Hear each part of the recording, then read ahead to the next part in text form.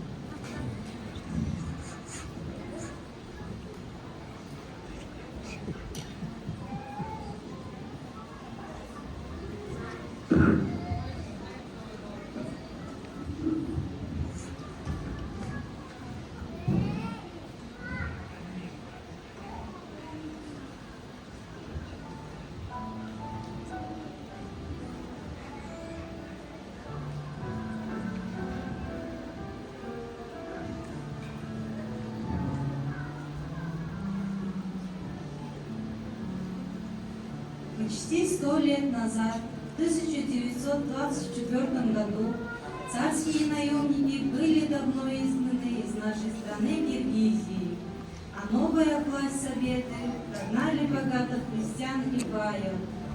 Они хотели изменить страну, но киргизы продолжали жить своей прежней жизнью. Крестьяне в деревнях в долине, пастухи с их стадом летом перекочевывали в горы.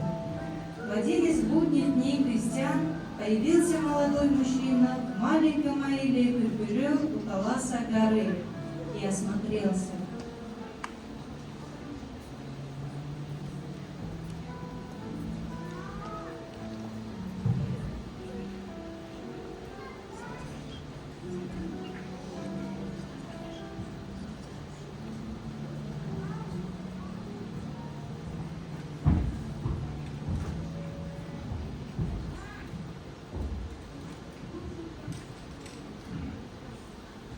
Assalamualaikum, молодой комсомолец.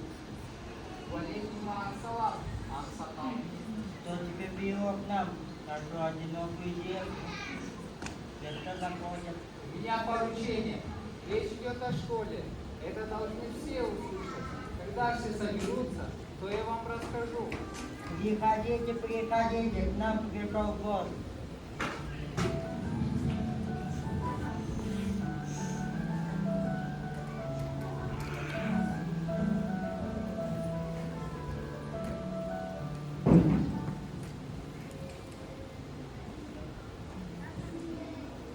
Вы меня не знаете. Давайте я вам расскажу о себе немного. Меня зовут Кущен. Мой отец был из этого аила. Его звали Таштамбек.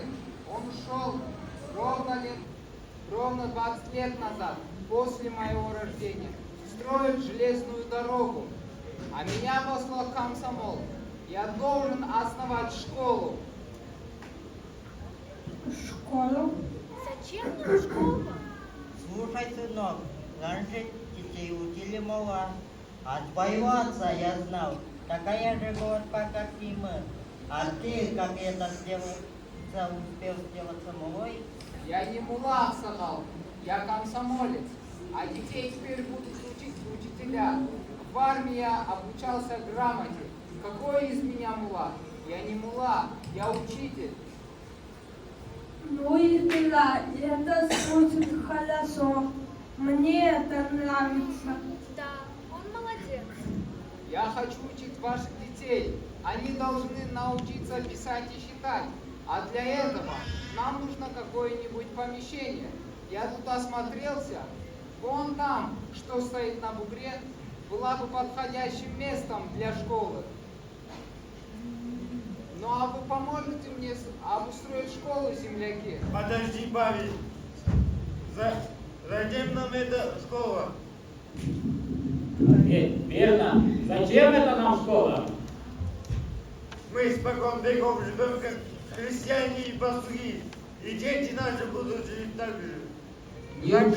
На какое желтое мучение? Грамота начальникам требуется, а мы простой народ. И не молоть нам голову. Неужели вы против того, чтобы учились ваши дети? Если против, то сон. Силком заставишь. Прошли эти времена. Мы теперь народ свободный. Как хотим, так и будем жить. Значит, вы против этой бумаги? Где сказано, что каждый ребенок имеет право на обучение? Скажите мне, кто вам дал воду, а кто вам дал волю, а кто вам дал землю? Кто? Отвечайте. Мы бедняки, нас всю жизнь топтали и унижали, а мы жили в темноте. А теперь советская власть хочет, чтобы мои увидели свет. А для этого нам нужно научить детей писать и считать. Ладно, учи, если тебе охота. Нам-то что, мы не против закона? Подождите, очень уж ты бредишь. Но ты на весь район говоришь, школу буду открывать, школу буду открывать. Это погляди на себя.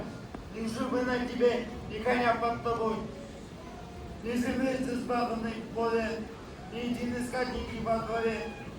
Так, а что ты думаешь жить? Разве что свои табуны угонять? Проживу как-нибудь, буду жалование получать. А, давно бы так сказал. Каждой советской власти здесь не хватает. Учи детей, а нас в покое. Но Сам делай свои дела. Но я вас прошу, помочь мне отремонтировать ту старую конюшню. Нам нужно передвинуть мост через реку. Нужны дрова для школы. Алтынай, а ты косматая, что ты делаешь? Что глаза раздвинула? А ну беги домой. Ишь ты, молода еще, 14 лет, на собрание повадилась.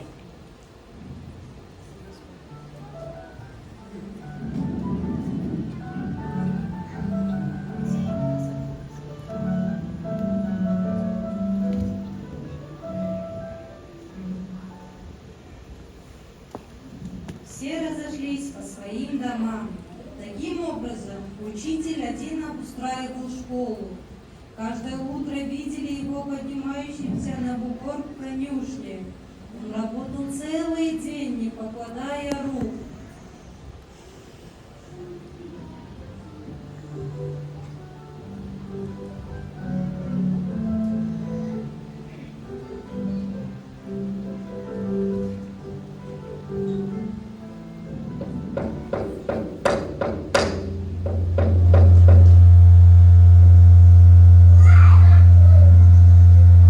Откуда вы, девочки?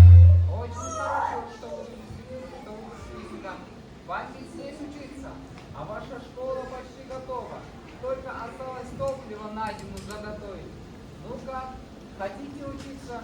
Будете ходить в школу? Если тетка отпустит, буду ходить. Почему же не отпустит? Конечно, отпустит.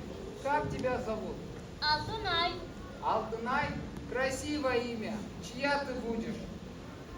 Селатана, у тети тещи живет. Так вот, Алтынай, ты и остальных ведите в школу. Ладно? И вы, девочки, тоже приходите. Ладно, дяденька. Не называйте меня дяденькой, а называйте меня учителем. Ну как, хотите посмотреть школу? Нет, нет, мы пойдем, уже темнеет, нам домой пора.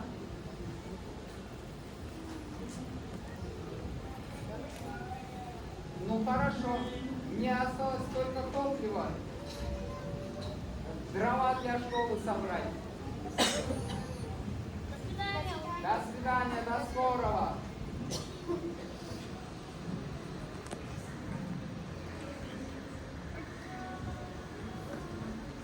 Алтынай осталась. Всю ее жизнь с малых лет ее воля и ее желания были захоронены под окриками и подзатыльниками грубых людей. А здесь ей вдруг захотелось хоть чем-нибудь отблагодарить этого доброго незнакомца за его улыбку, от которой потеплело на сердце, за его доверие, за его добрые слова. Алтынай поняла в этот момент, ее жизнь со всеми ее радостями и муками начались именно в этот день. Пусть они идут. Я поступлю так, как я хочу. Учитель будет рад. Солнце, ты знаешь, от чего я так счастлива? Травы, цветы, птицы. Вы все это видите. Посмотрите на меня. Смотрите, какая я гордая. Я буду учиться. Я пойду в школу. Да.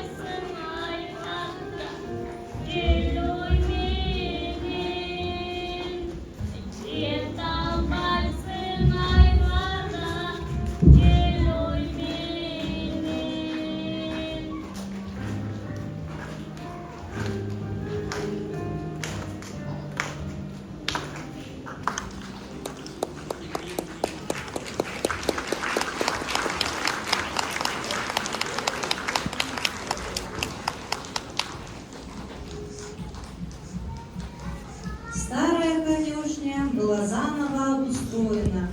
Пол был покрыт соломой, и дети один за другим стали потихоньку приходить в школу. Дети, заходите, заходите.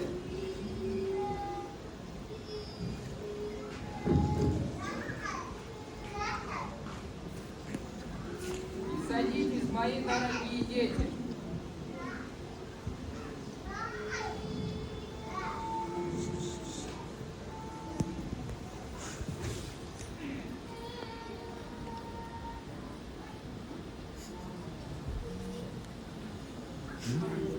Я вас научу писать и считать.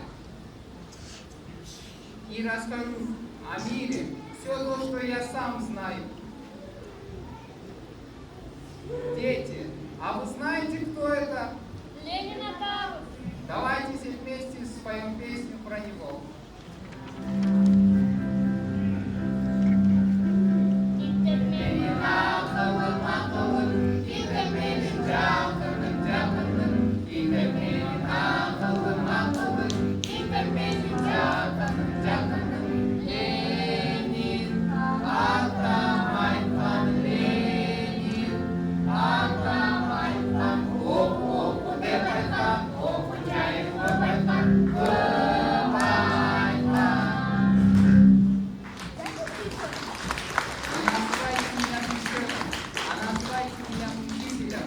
Теперь мы будем каждый день учиться писать, читать и считать.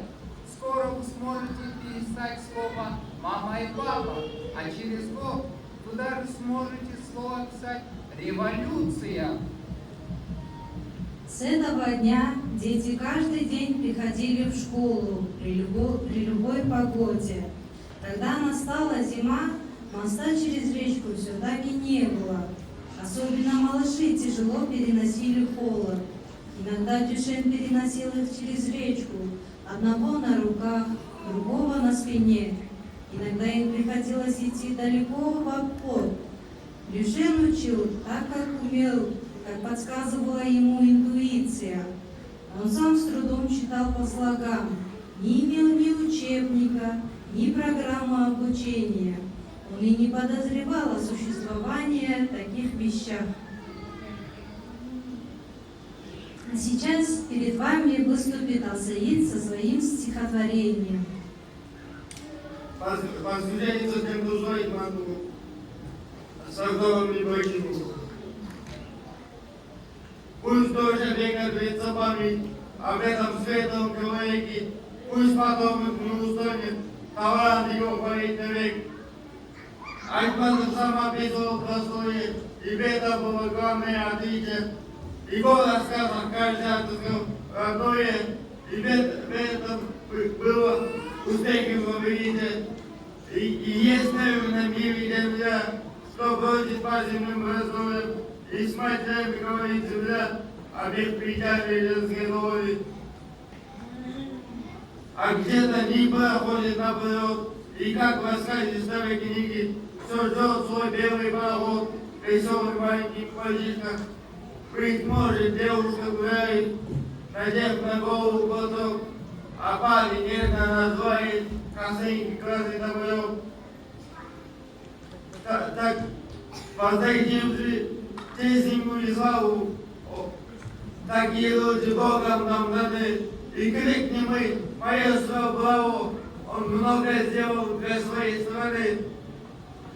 Увы, нет с нами больше человека, скорбь на душе и печаль околдовала. Пусть жизнь великая длится дольше века, ведь век, по сути, это очень мало.